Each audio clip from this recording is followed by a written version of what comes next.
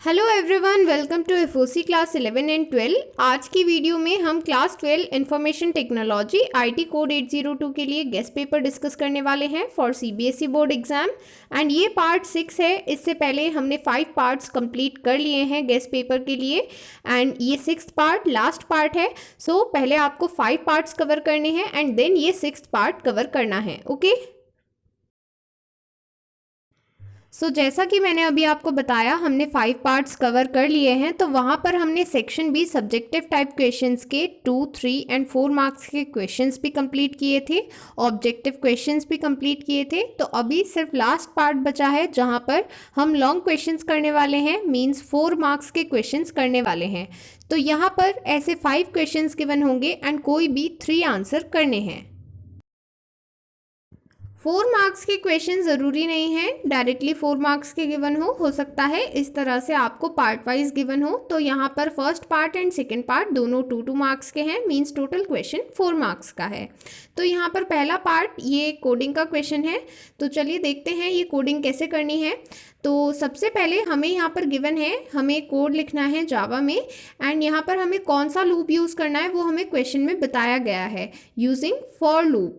और किस तरह से यूज़ करना है, एज डिक्रीमेंटिंग लूप। तो ये बहुत इंपॉर्टेंट इन्फॉर्मेशन है। यहाँ पर हमें फॉर लूप यूज़ करना है बट एक डिक्रीमेंटिंग लूप की तरह। तो यहाँ पर डिक्रीमेंटिंग का मतलब क्या है कि हमें बड़ी वैल्यू को पहले यूज़ करना है एंड छोटी वैल्यू को सबसे लास्ट में यूज़ करना है। तो इसको किस तरह से यूज़ करेंगे वो हम सिंटैक्स में देखेंगे जहाँ पर हम कोड लिखेंगे।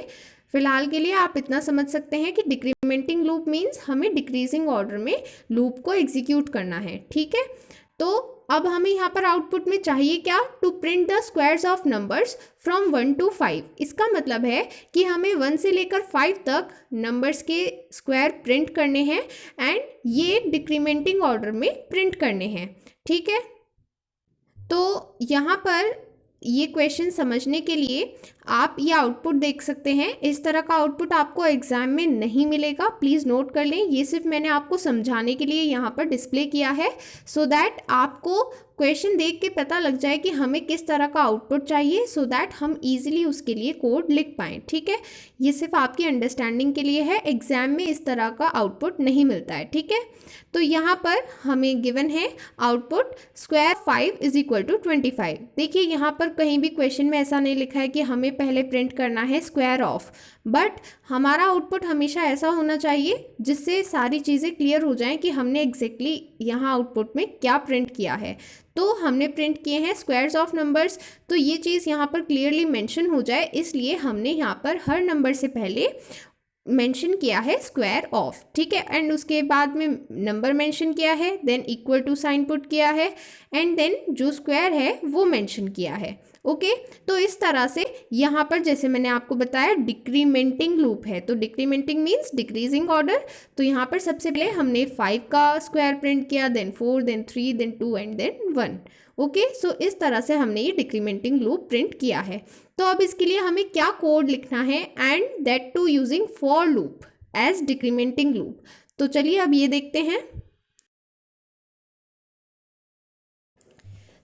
यहाँ पर सबसे पहले आपको फॉर लूप का सिंटेक्स याद होना चाहिए। फॉर लूप के सिंटेक्स में सबसे पहले हम यूज़ करते हैं फॉर कीवर्ड, उसके बाद पैरेंथेसिस स्टार्ट करते हैं एंड सबसे पहले प्रोवाइड करते हैं इनिशियल स्टेप। तो इनिशियल स्टेप क्या होता है, इनिशियल स्टेप में हमें प्रोवाइड करना होता है फर्स्ट इनिशियल वैल्यू, मीन्स यहाँ पर हम किस वैल्यू से स्टार्ट करने वाले हैं, 5 से, तो वो हमें यहाँ पर प्रोवाइड करनी है। बट हम डायरेक्टली वैल्यू प्रोवाइड नहीं करेंगे, हम उसे वेरिएबल की फॉर्म में यहाँ पर प्रोवाइड करेंगे। तो सबसे पहले वेरिएबल की डिक्लेरेशन एंड इनिशियलाइजेशन होता है। तो हम यहाँ पर लिखेंगे इंट नंबर, इसका मतलब है कि हमने एक वेरिएबल को डिक्लेयर कर दिया है एंड देन = 5, इसका मतलब है कि हमने इनिशियलाइज भी कर दिया है। इसके बाद सेकेंड स्टेप में हम लिखते हैं टेस्ट कंडीशन। टेस्ट कंडीशन क्या होती है, जिसके बेसिस पर ये टेस्ट होगा कि आगे जो स्टेटमेंट्स हमें गिवन है वो एग्जीक्यूट करनी है या फिर नहीं। तो वो क्या कंडीशन होगी, नंबर ग्रेटर देन और इक्वल टू 1। तो ये कंडीशन है, अगर ये सेटिस्फाई होती है तो स्टेटमेंट्स एग्जीक्यूट होनी चाहिए, अदरवाइज नहीं। देन नंबर = नंबर -1, ये क्या है, ये काउंटर स्टेप है, मीन्स जो हमें चेंज करते टाइम ये स्टेप चूज करना है, वो स्टेप यहाँ पर गिवन है। मीन्स आप जब स्क्वायर ऑफ 5 प्रिंट कर देंगे उसके बाद आप 4 पर कैसे जाएंगे, आपको कैसे पता चलेगा? तो उसके लिए हमें स्टेप चेंजिंग एक स्टेप लिखना होगा, जिसके लिए हम स्टेप चेंज करेंगे तो वो होगा स्क्वायर ऑफ 4, राइट। तो उसके लिए हमें क्या लिखना होगा, number is equal to number -1। Means 5 - 1 करेंगे तभी 4 आएगा, फिर 4 - 1 करेंगे तो 3 आएगा। तो इस तरह से हमें यहाँ पर एक ऐसी वैल्यू, एक ऐसा स्टेप लिखना है जिसकी हेल्प से हम फर्दर वैल्यूज़ को चेंज कर पाएँ। इसके बाद हमें ब्रैकेट स्टार्ट करने हैं एंड देन system.out.print ये कमांड हमने यूज़ की है। तो मैंने आपको पहले भी बताया है, ये हम कब यूज़ करते हैं, जब हमें सब्सिक्वेंट लाइन सेम लाइन में प्रिंट करनी है। तो यहाँ पर हमें प्रिंट करना है सबसे पहले स्क्वायर ऑफ, उसके बाद जो भी नंबर है मीन्स जिसका हम स्क्वायर बता रहे हैं वो प्रिंट करना है। इसके बाद हम उसी लाइन में प्रिंट करना चाहते हैं जो भी स्क्वायर आया है, तो स्क्वायर किसी भी नंबर का आप कैसे कैलकुलेट करते हैं, उसी नंबर को उसी से मल्टीप्लाई कर देते हैं, मीन्स नंबर मल्टीप्लाई नंबर। तो वही चीज़ हमने यहाँ पर system.out.println कमांड में मेंशन की है। And one more important thing, यहाँ पर हमने सेकेंड वाली कमांड में println क्यों यूज़ किया, बिकॉज हमें जो नेक्स्ट स्क्वायर प्रिंट करना है वो हमें नेक्स्ट लाइन में प्रिंट करना है, राइट। अब आपने square of 5 is equal to 25 print किया, तो उसके बाद आप स्क्वायर ऑफ 4 नेक्स्ट लाइन में प्रिंट करेंगे, तो इसलिए यहाँ पर आपने println कमांड यूज़ की है, ठीक है। फिर एट लास्ट आपने ब्रैकेट क्लोज कर दिया है। So I hope this much is clear to you. Then question 20 का बी पार्ट गिवन है। यहाँ पर हमें गिवन कोड को वाइल लूप की तरह लिखना है। मीन्स जो गिवन कोड है वो फॉर लूप में लिखा हुआ है, बट अब हमें एक और कोड लिखना है जो यही कोड हो, मीन्स आउटपुट यही मिले, बट वो वाइल लूप को यूज़ करके लिखा होना चाहिए। तो ये भी 2 मार्क्स का क्वेश्चन है। तो आपको वाइल लूप में लिखने के लिए सबसे पहले गिवन कोड को समझना होगा। तो यहाँ पर सबसे पहले हमने एक वेरिएबल को डिक्लेयर और इनिशियलाइज किया है। तो वेरिएबल है x, उसका डेटा टाइप है इंट एंड उसकी इनिशियल वैल्यू है 100। इसके बाद हमने फॉर लूप स्टार्ट किया है। तो फॉर लूप स्टार्ट करने के लिए सबसे पहले फॉर कीवर्ड दिया है, उसके बाद एक इनिशियल वैल्यू दी है int i is equal to 2। तो आप यहाँ पर देख सकते हैं हमें एक और वेरिएबल मिल गया है i। इसके बाद हमने वो कंडीशन प्रोवाइड की है जिसे टेस्ट किया जाएगा ये गिवन स्टेटमेंट्स एग्जीक्यूट करने के लिए। एंड इसके बाद हमें काउंटर स्टेप गिवन है। मीन्स अगर हमें नेक्स्ट दोबारा लूप को एग्जीक्यूट करना है तो हम जो वैल्यू है चेंज करेंगे, तो उसे किस बिहाफ पर, किस स्टेप के बेसिस पर चेंज करना है वो हमने यहाँ पर मेंशन किया है, i is equal to i + 4।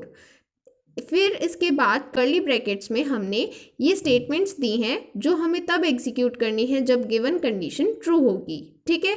तो यहाँ से हमें ये सब चीज़ें क्लियर हो गई हैं। तो अब हम आसानी से वाइल लूप लिख सकते हैं। कैसे लिखेंगे? सबसे पहले आप जानते हैं जब भी वाइल लूप लिखते हैं तब हमें सबसे पहले गिवन वेरिएबल्स को डिक्लेयर एंड इनिशियलाइज करना होता है। तो यहाँ पर 2 वेरिएबल्स हैं। सबसे पहले int x is equal to 100, ये पहले भी गिवन है, बट आपको यहाँ पर एक और ध्यान देना है, यहाँ पर एक और वेरिएबल है int i is equal to 2। तो क्योंकि दोनों का डेटा टाइप सेम है इसलिए हमने सेम डेटा टाइप में 2 वेरिएबल्स को डिक्लेयर एंड इनिशियलाइज किया है, ओके।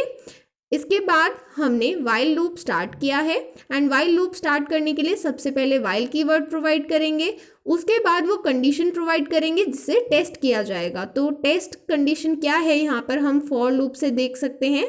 जो ये सेकंड स्टेप था ये क्या होता है, टेस्ट कंडीशन होती है ये। तो हम ये यहाँ पर मेंशन करेंगे i < or = 22। इसके बाद हम कर्ली ब्रैकेट्स में वो स्टेटमेंट्स प्रोवाइड करेंगे जो तब एग्जीक्यूट होंगी जब ये कंडीशन ट्रू होगी। अगर ये कंडीशन ट्रू है तो हमें ये 2 कंडीशन एग्जीक्यूट करनी थी, ये 2 स्टेटमेंट्स एग्जीक्यूट करनी थी। तो यहाँ पर ये दोनों स्टेटमेंट्स तो एग्जीक्यूट होंगी ही, और साथ में हमें ये भी बताना होगा कि आगे कैसे प्रोसीड करना है। तो उसके लिए हम यहाँ जो काउंटर स्टेप हमने फॉर लूप में यहाँ पर दिया था वो हम कहाँ पर देंगे, हम लास्ट में देंगे वाइल लूप के केस में, okay. i is equal to i + 4 and then curly brackets close, okay.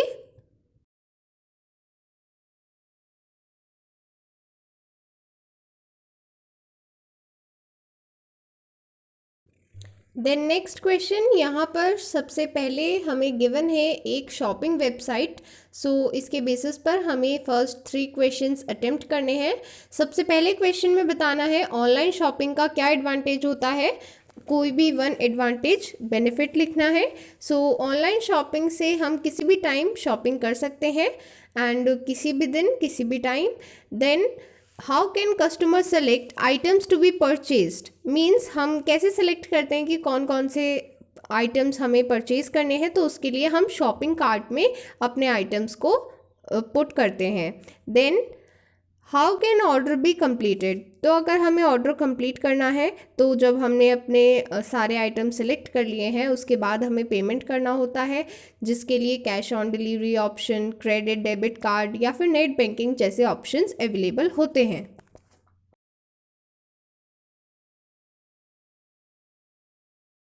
Then question 21 का सेकंड पार्ट है, ये 1 मार्क का क्वेश्चन है। यहाँ पर हमें बताना है जब फर्स्ट 3 फेजेस कंप्लीट हो जाते हैं तो लास्ट रिमेनिंग फेज कौन सा होता है। So we know that the last phase is testing phase. इसमें हम एप्लीकेशन पर टेस्ट करते हैं कि उसमें कोई बग्स तो नहीं है, एंड अगर इन केस हैं तो हम उन्हें रिमूव करते हैं एंड अगेन टेस्ट करते हैं। Okay, so here is question 22A part. यहाँ पर हमें बताना है इस कोड के एग्जीक्यूशन के बाद रैम की क्या वैल्यू आएगी हमारे पास। तो सबसे पहले हमें गिवन है कि कोड की वैल्यू 2 है एंड देन हमें बताया गया है कि स्विच में हमें कोड के एक्सप्रेशन को मैच करना है।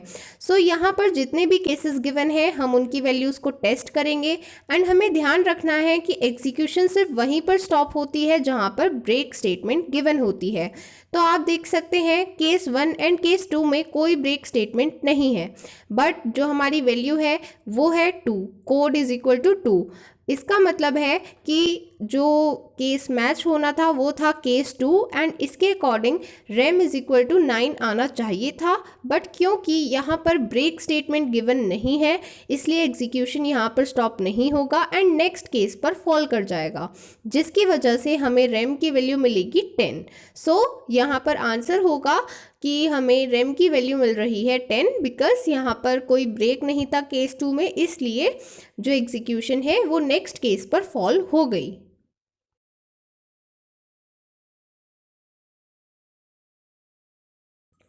देन नेक्स्ट पार्ट, यहाँ पर हमें while and do while loop के बीच में डिफरेंस बताना है।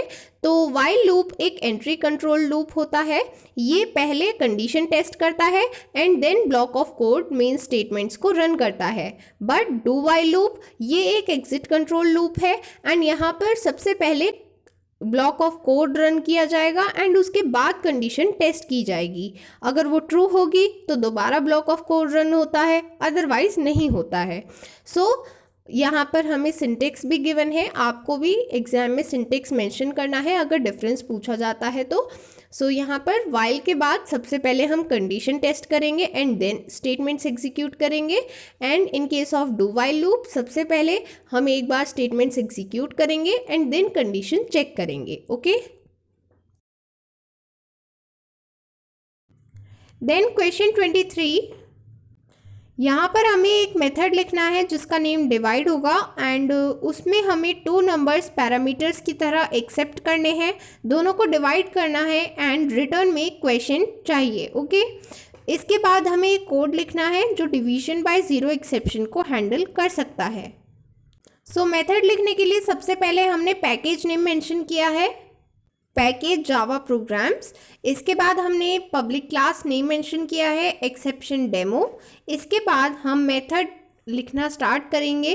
तो जो मेथड हमने यूज़र डिफाइंड जावा मेथड्स को लिखने के लिए यूज़ किया था, जिस तरह से हमने यूज़र डिफाइंड जावा मेथड्स लिखे थे उसी तरह से हम यहाँ पर लिखने वाले हैं। सबसे पहले स्टैटिक, देन हमें प्रोवाइड करना है रिटर्न टाइप, मींस जो हमें रिटर्न में मिलने वाला है उसका डेटा टाइप क्या होगा, वो होगा इंट।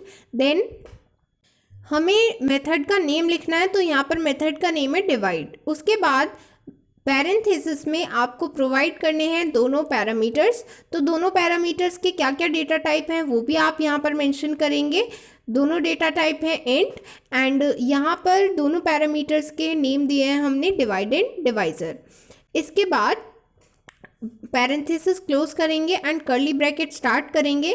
यहाँ पर हमें देनी है रिटर्न स्टेटमेंट, मींस जो हमें रिटर्न में आउटपुट चाहिए वहाँ पर हमें बेसिकली क्या वैल्यू चाहिए, हमें डिवाइडेंड को डिवाइजर से डिवाइड करने पर जो वैल्यू मिल रही है वो हमें यहाँ पर रिटर्न में चाहिए, तो वो हमने यहाँ पर मेंशन किया है। इसके बाद डिवीजन बाय ज़ीरो एक्सेप्शन को हैंडल करने के लिए यहाँ पर हम कोड लिख रहे हैं। तो सबसे पहले हम यहाँ पर कौन सा मेथड यूज़ करेंगे, मेन मेथड। देन जैसा कि आपको पता है एक्सेप्शन हैंडलिंग के लिए हम ट्राई कैच ब्लॉक यूज़ करते हैं। तो सबसे पहले ट्राई ब्लॉक में हम कौन सी स्टेटमेंट्स प्रोवाइड करेंगे जिनकी वजह से एक्सेप्शन आ रही है। तो एक्सेप्शन कब आती है, जब हम किसी भी चीज़ को ज़ीरो से डिवाइड करते हैं एंड यहाँ पर हमें वो कोड देना है जो कि अगर प्रेजेंट हुआ तो उसकी वजह से एक्सेप्शन आ जाएगी। तो वो कोड हमने यहाँ पर मेंशन किया है। एंड बिकॉज अगर हम 10 को 0 से डिवाइड कर रहे हैं तो उसका जो क्वेश्चन है वो हमें मिलेगा ही नहीं। तो यहाँ पर सेकेंड स्टेटमेंट system.out.println क्वेश्चन ये भी एक एरर देगी। क्यों देगी, क्योंकि जब हमें क्वेश्चन में कुछ मिला ही नहीं, नॉट डिफाइंड है, तो वो हम प्रिंट कैसे कर सकते हैं। तो इसलिए यहाँ पर ये स्टेटमेंट भी एरर देगी। तो ये दोनों ही स्टेटमेंट्स एरर देंगी, इसलिए हमने यहाँ पर ये ट्राई ब्लॉक में मेंशन की है। इसके बाद कैच ब्लॉक में हमें ऐसी स्टेटमेंट मेंशन करनी है जो तब एग्जीक्यूट होंगी जब ये एक्सेप्शन कोड में अकर होगी।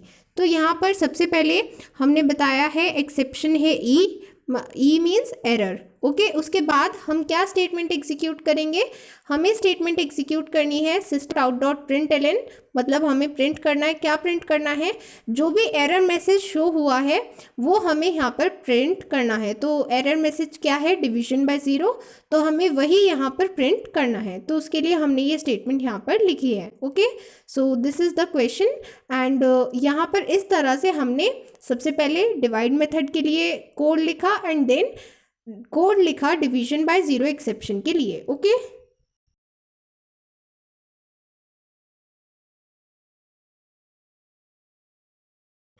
देन क्वेश्चन 4, ये क्वेश्चन डेटाबेस से गिवन है एंड यहाँ पर आपको लॉन्ग क्वेश्चन में जनरली इस टाइप के ही क्वेश्चंस मिलते हैं। सो यहाँ पर हमें 2 टेबल्स गिवन है। फर्स्ट टेबल का नेम है ट्रेन एंड सेकेंड टेबल का नेम है काउंटर। सो ये दोनों ही टेबल्स की डिटेल्स यहाँ पर गिवन है। तो सबसे पहले हमें यहाँ पर कमांड लिखनी है to find all the stations date for ticket ID as T1। तो यहाँ पर देखिए हमें स्टेशंस फाइंड करना है ट्रेन टेबल से एंड डेट फाइंड करनी है काउंटर टेबल से, मीन्स हमें 2 टेबल से डेटा लेना है। तो सबसे पहले हम सेलेक्ट कमांड यूज़ करेंगे, उसके साथ जो जो कॉलम हमें चाहिए मीन्स स्टेशन एंड डेट वो हम मेंशन करेंगे। उसके बाद फ्रॉम कीवर्ड में हम अगर एक टेबल से डेटा लेते हैं तो एक टेबल का डेटा नेम मेंशन करते हैं, बट यहाँ पर हमें 2 टेबल से डेटा लेना है, इसलिए हमें दोनों टेबल का नेम मेंशन करना होगा, ट्रेन कॉमा काउंटर। इसके बाद वेयर क्लॉज में हम कंडीशन प्रोवाइड करेंगे। अब कंडीशन यहाँ पर क्या है, for ticket ID as T1। अब टिकट ID T1 हम डायरेक्टली कंडीशन दे सकते हैं, बट क्योंकि हम डेटा दोनों टेबल से ले रहे हैं तो हमें कैसे पता चलेगा कि हम ट्रेन टेबल से कौन सा डेटा लेंगे, बिकॉज ट्रेन टेबल में तो टिकट ID नहीं है।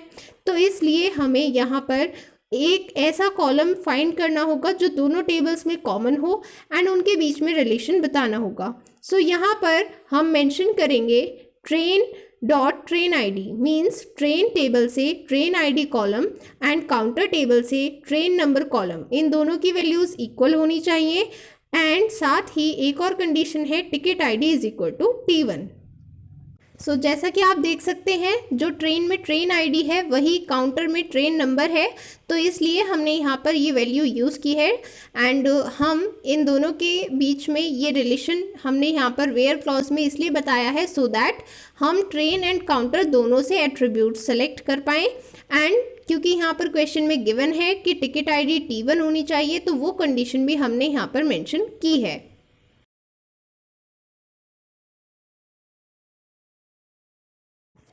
नेक्स्ट क्वेश्चन में हमें बताना है to find the total ticket amount collected from each station. तो यहाँ पर हमें अमाउंट का टोटल करना है, तो अमाउंट हमें कहाँ पर गिवन है, कॉस्ट कॉलम में। एंड साथ ही हमें स्टेशन भी सिलेक्ट करना है। क्यों सेलेक्ट करना है, क्योंकि हमें हर स्टेशन से total ticket amount collected find करना है, इसलिए हम यहाँ पर 2 कॉलम सेलेक्ट करने वाले हैं, कॉस्ट एंड स्टेशन। बट क्योंकि यहाँ पर हमें स्पेसिफाइड है कि हमें टोटल टिकट अमाउंट बताना है, तो टोटल करने के लिए हम यहाँ पर सम एग्रीगेट फंक्शन यूज़ करेंगे।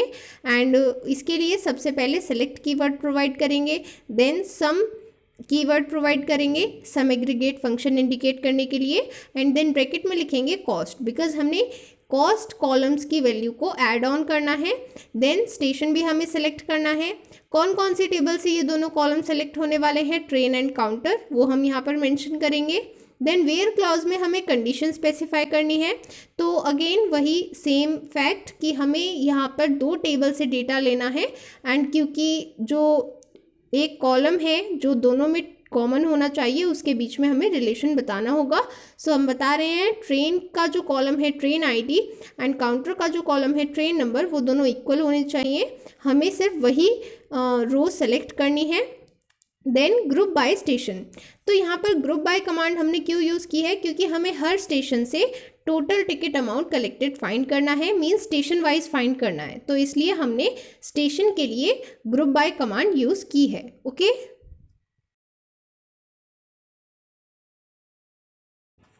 देन नेक्स्ट सी पार्ट, यहाँ पर हमें कमांड लिखनी है करंट डेटाबेस में प्रेजेंट सभी टेबल्स का नेम डिस्प्ले करने के लिए। जब भी हमें किसी भी डेटाबेस में प्रेजेंट टेबल्स के नेम देखने हैं, तब हम यूज़ करते हैं शो टेबल्स कमांड।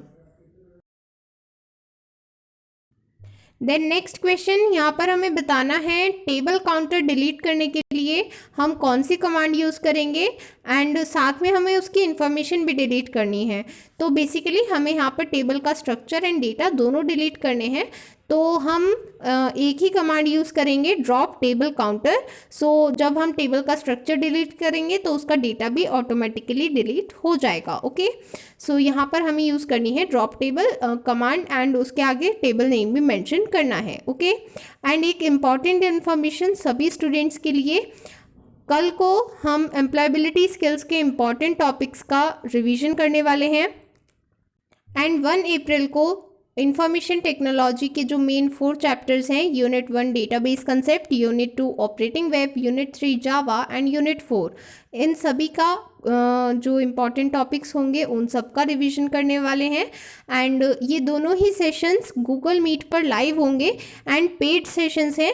अगर आपको इन्हें ज्वाइन करना है तो आप कम्युनिटी पोस्ट पर चेक कर सकते हैं, वहाँ पर गिवन है डिटेल्स, एंड या फिर आप व्हाट्सएप कर सकते हैं 9268710994, या फिर आप कमेंट्स चेक कर सकते हैं, वहाँ पर भी डिटेल्स गिवन है। Okay, so that was all for today. We have finally completed the guest paper, and if you want to join the paid Google Meet sessions for revision of complete information technology, then please contact on the number given in the comments or description box.